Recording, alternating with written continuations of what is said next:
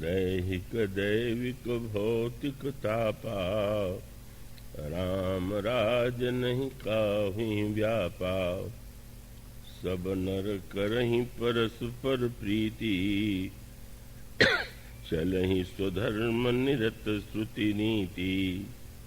चारु चरण धर्म जग माही, पूरी रहा सपनेहु अगनाही। राम भगति रत नर अरु नारी, सकल परब गति के अधिकारी।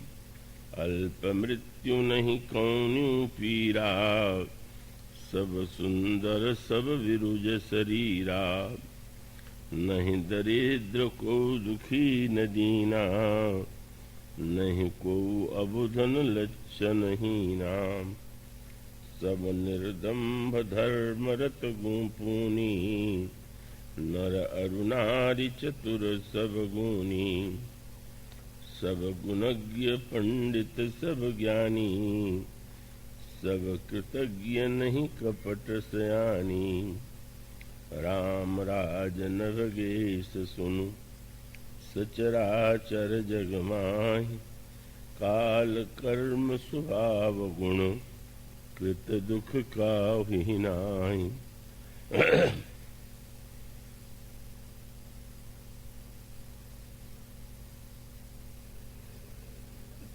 भगवत कथा अनुरागी श्रद्धालु जिज्ञासु श्रोतावृंद, भक्तिमती भावनामयी माताएं, उन सब के प्रति मेरा सत सत प्रणाम। आइए इस बार कथा प्रसंग के लिए जो केंद्र चुना गया यहाँ के भक्तों के द्वारा, वह है राम राज्य। अभी इस यात्रा में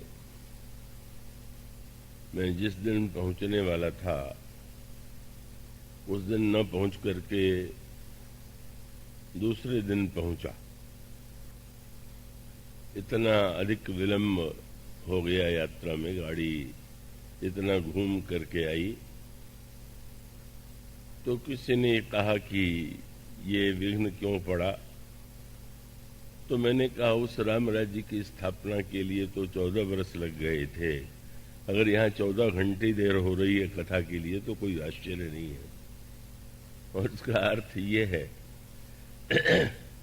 राम राज्य शब्द बहुत प्रचलित है, इन दिनों में भी प्रचलित है। पुराणों में भी राम राज्य की महिमा, राम राज्य के स्वरूप का वर्णन किया गया है। पर मुझे ऐसा लगता है कि इस शब्द का प्रयोग अधिक न किया जाए तो शायद अच्छा हो।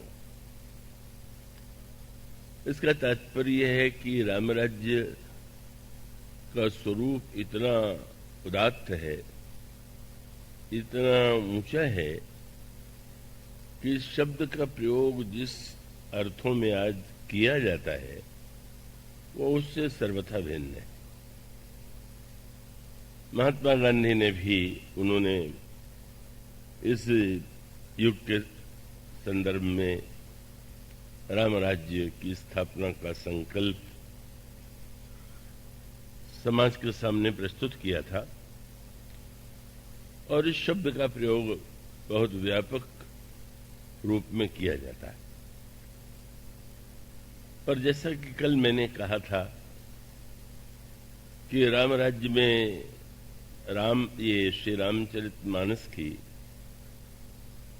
श्रेष्ठ राज्य के लिए 2 नाम दिए गए, एक तो सुराज्य और दूसरा राम राज्य। तो वस्तुतः हम और आप अधिक से अधिक जो प्रयास कर सकते हैं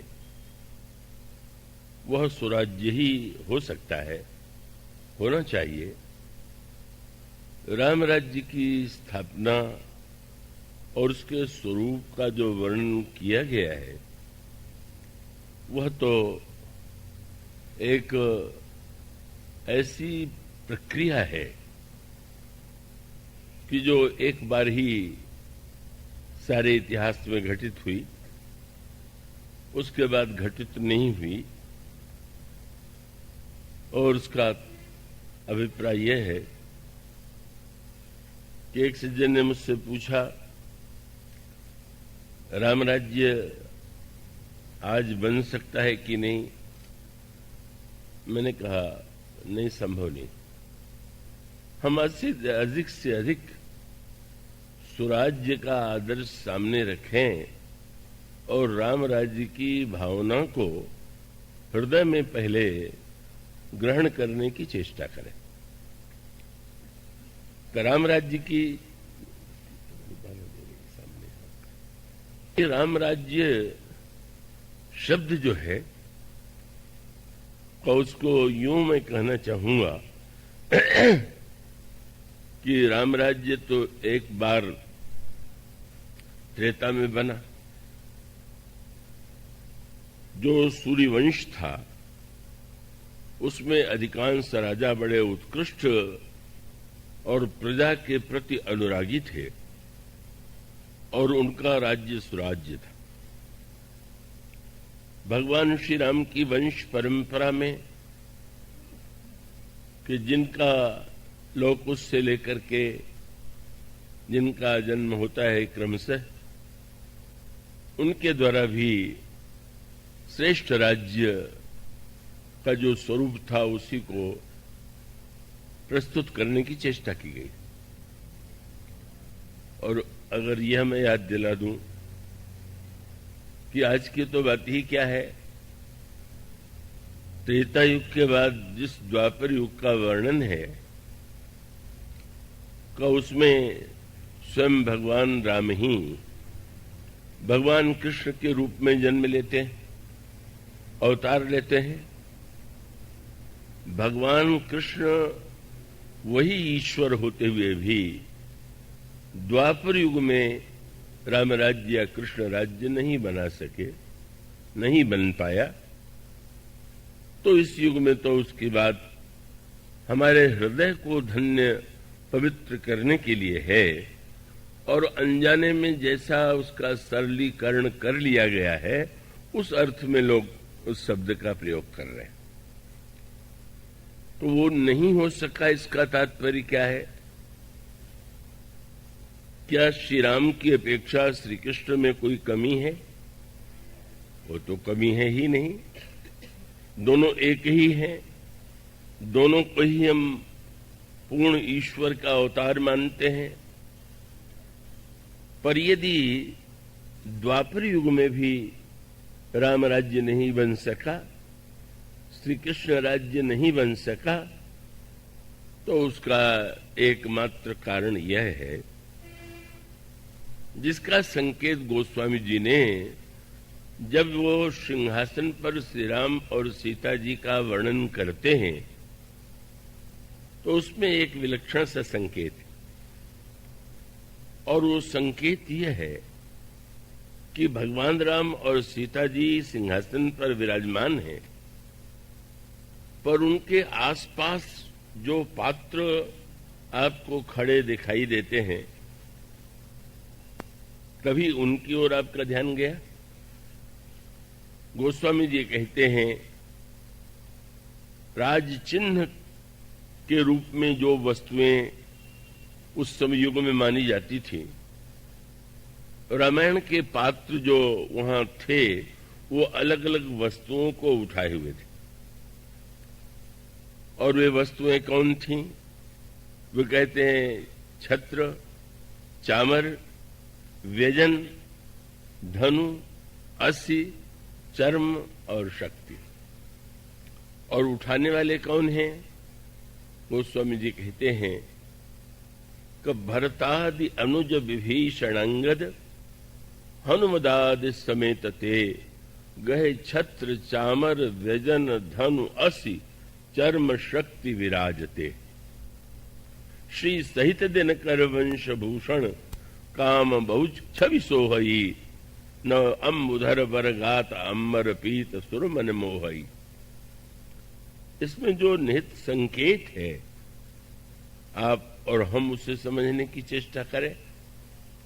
और इसका अर्थ यह है कि श्री राम को हम व्यक्ति नहीं मानते, साक्षात ईश्वर मानते। अगर ईश्वर के द्वारा ही राम राज्य बन पाता होता तो वह ईश्वर तो हम सबके हृदय में ही विराजमान है, ऐसा सारे शास्त्र कहते हैं, ऐसा सभी आचार्यों का मत है।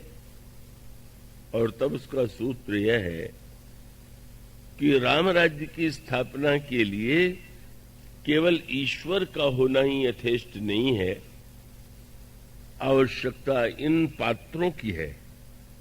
जो पात्र यहां पर खड़े, श्री भरत, श्री लक्ष्मण, श्री शत्रुघ्न, हनुमान जी महाराज, विभीषण और अंगद,